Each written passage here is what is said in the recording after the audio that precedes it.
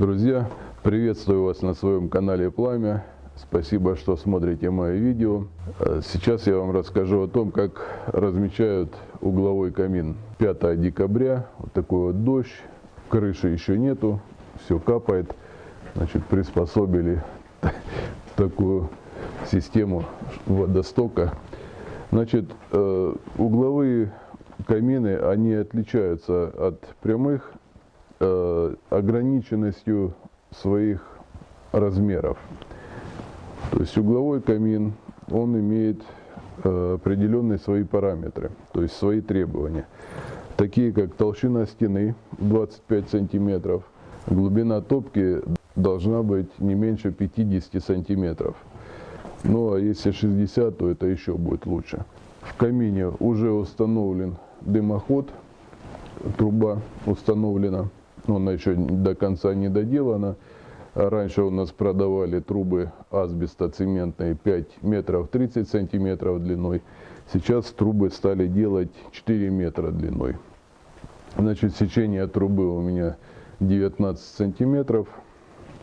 Как бы не совсем подходит. Можно было бы и побольше, конечно, там 20-25 сантиметров. Ну, что нашли, то и купили. Разметку я начинаю с того, что без раствора раскладываю кирпичи, позиционирую камин на месте. Позиционирование происходит в каждом помещении по-своему. То есть, исходя из данных помещения, ну, допустим, комната, да, у нас здесь наблюдается вот дверной проем.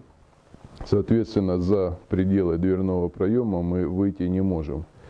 Это нас ограничивает, конечно, в размерах камина.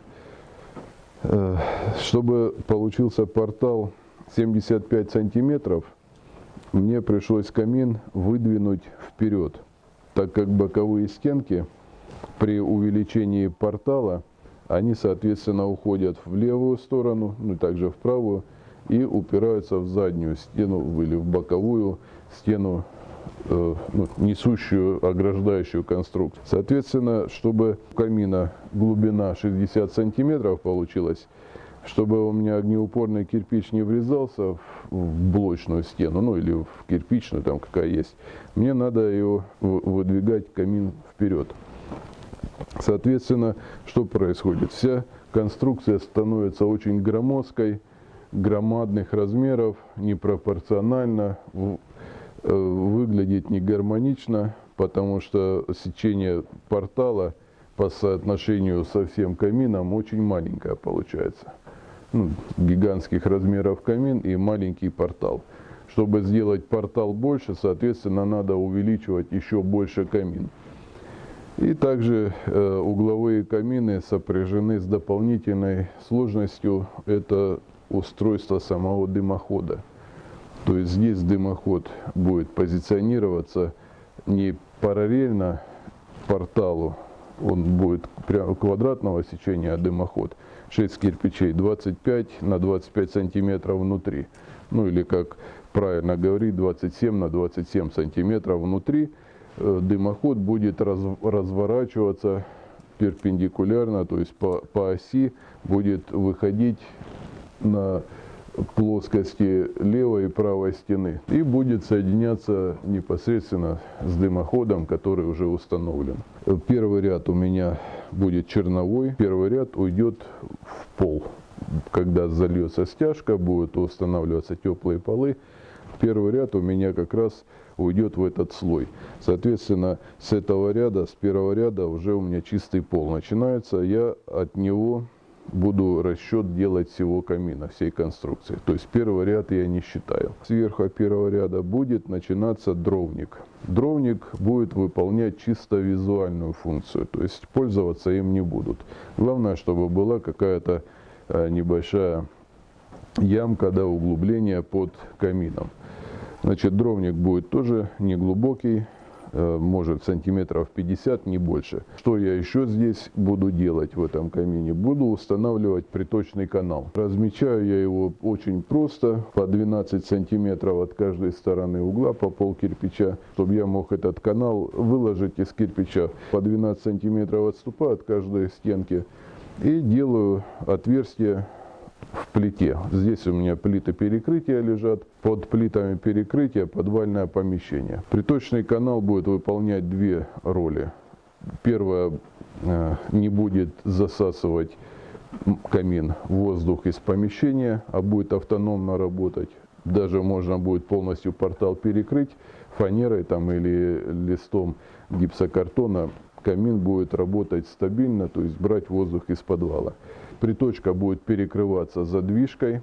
Задвижка будет поворотная, то есть я формирую канал приточный, в нем устанавливаю задвижку. Расчет идет 500 кирпичей на этот камин, вот таких пластички, и 200 кирпичей огнеупорных. Также 5 мешков огнеупорной шамотной смеси, ну, цемента там сколько надо, столько и будем покупать. Песка тоже где-то полкуба пойдет, может даже меньше. Еще инструменты какие, ну, режущие, да, болгарка там нужна, кирочки, уровни. У меня вот есть нивелир. Как я размечаю, я вот так поставил. У меня вот эта стенка 1,5 метра получается. Я эти 1,5 метра от угла отметил здесь. И по лазерному нивелиру очертил карандашом линию. Также я буду периодически проверять себя горизонтально, ну вот данным прибором. Прибор фирмы RGK 360 градусов показывает. Я очень им доволен. Работает. Вот уже, наверное, месяца 2 батарейки так еще и не менял.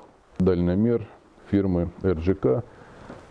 Смотрите, замеряет квадратную площадь, можно померить. Если вам надо кубатуру померить, да, объем, то вы нажимаете еще раз, получается М3.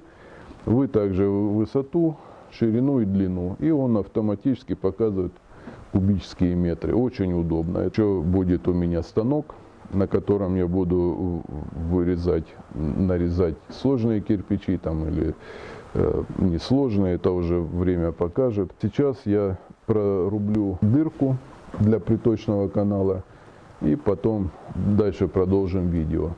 Ушло времени у меня час на то, чтобы прорубить такую дырку. Что, друзья, я спустился в подвал, показать вам приточное отверстие. Делаю более квадратной формы. Формировал я первый ряд камина. Значит, от угла я отступил 5 сантиметров. И здесь также я от линии, от этой, вот что я начертил, тоже отступил 5 сантиметров. Это я сделал для того, чтобы выделить карниз, который пройдет после дровника, отделить, так сказать, камин от основания. Как обычно, по традиции, в каждом видео я выкладываю какую-нибудь часть информации, о которой мало кто знает. Вот на примере этой лейки я сейчас продемонстрирую, как работает горячий дым и холодный дым. Дым очень раскаленный, его инерция очень высокая, скорость прохождения очень большая, масса очень низкая. То есть вот, смотрите, что происходит. То есть вот он, не задерживаясь, свободно летит в трубу. Сейчас я покажу, как работает холодный тяжелый дым. То есть когда прогорел костер, у дыма масса увеличивается за счет того, что он холодный становится, и соответственно опрокидывается. То есть нет у него скорости. Скорость 0. Вот такой песок. Но он уже влажный и тяжелый. И смотрим, что с ним происходит. Да? Вот вы видите, ничего не происходит. Все забилось. Лейка, дымоход. А что это происходит? Значит, происходит то, что вываливается через край. Вот на примере простой лейки я вам объяснил элементарный, второй закон Ньютона и как работает дымоход в мангалах и каминах. Чем горячее газ, тем он легче и тем больше у него скорость. Чем холоднее газ, тем выше у него масса больше и медленнее скорость. Так что вот, ребята, учитесь, пока я жив, да, я передаю вам такую вот информацию. Друзья, вы посмотрели видео про то, как я размечаю камин, что надо для этого сделать. немножко о принципе тяги, технологию. Еще дополнительно я выполняю услуги, исправляю мангалы, камины. Если они у вас дымят, пожалуйста, присылайте мне видео, фотоматериалы. Я их изучаю, делаю анализ и даю вам рекомендации по исправлению конструкции. Я имею уже достаточно большой опыт в исправлении. Также я еще делаю 3D-проекты. Ну что, ребята, еще раз всем большое спасибо. Желаю вам крепкого здоровья, богатства, счастья, всяческих успехов в жизни. Подписываемся на мой канал, кто не подписался. Ставим лайки. Всем удачи. Пока.